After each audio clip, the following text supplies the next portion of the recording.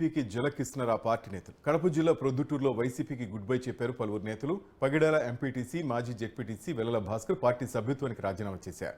CM Suresh Naidu ఆధ్వర్యంలో వెల్లల భాస్కర్, ఆయన సతీమణి ప్రభావతి టీడీపీ తీర్థం పుచ్చుకున్నారు.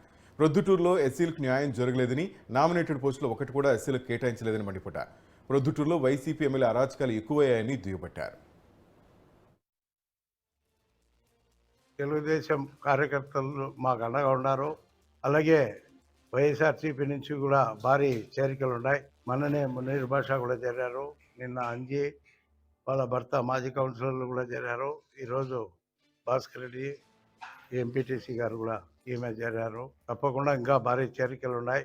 తెలుగుదేశం పార్టీ వైపు వచ్చేది తెలుగుదేశం పార్టీ ప్రభుత్వమే కనుక ప్రజలు తెలుగుదేశం పార్టీ వైపే ఉన్నారు కనుక ఎక్కువగా తెలుగుదేశం పార్టీ వైపే నాయకులు, కార్యకర్తలు అందరూ కూడా వైఎస్ఆర్సీపీ దౌర్జన్యాలు, జగన్మోహన్ రెడ్డి అరాచకాలు, జగన్మోహన్ రెడ్డి దుష్ట పాలన పైన విసుగు చెంది తెలుగుదేశం పార్టీ వైపు వీళ్ళందరూ రావడం మాకు హర్షించదగ్గ విషయం. కాబట్టి వాళ్ళు కూడా భవిష్యత్తులో కూడా తెలుగుదేశం పార్టీ టికెట్ నాకే వస్తుందని 100% నాకు తెలుసు, నా నమ్మకం నాకుంది. మరి వైఎస్ఆర్ కాంగ్రెస్ పార్టీలో నీకు అన్యాయం జరిగిందంటే నాకు అన్యాయం జరిగింది నా ఒక్కరికే అనడంలే. ఎస్సీలు 33,000 ఓట్లు ఉన్నారు. మరి ఏ ఒక్కరికి ఒక నామినేటెడ్ పదవి ఇచ్చినాడా? బీసీలకు ఇచ్చినా బీసీలకు ఏం చేసినాడా? వచ్చిన పదవులనే వాళ్ళకి అన్యాయం జరిగిందని చెప్పి వేరే ఇస్తున్నాడు. నామినేటెడ్ పోస్టులు పనికిమాల పోస్టులు ఇప్పించినాడు. మరి మా ఎస్సీలకు అన్యాయం జరిగింది, మా రిజర్వేషన్ అనుభవిస్తున్నారు. మరి మాకేం న్యాయం జరిగింది? మీరు కూడా గ్రహించాల, పత్రికా సోదరులు చెప్పాలా. ఒకప్పుడు 89 అంతకుముందు అంటే బినామీలు నడిచినాయి.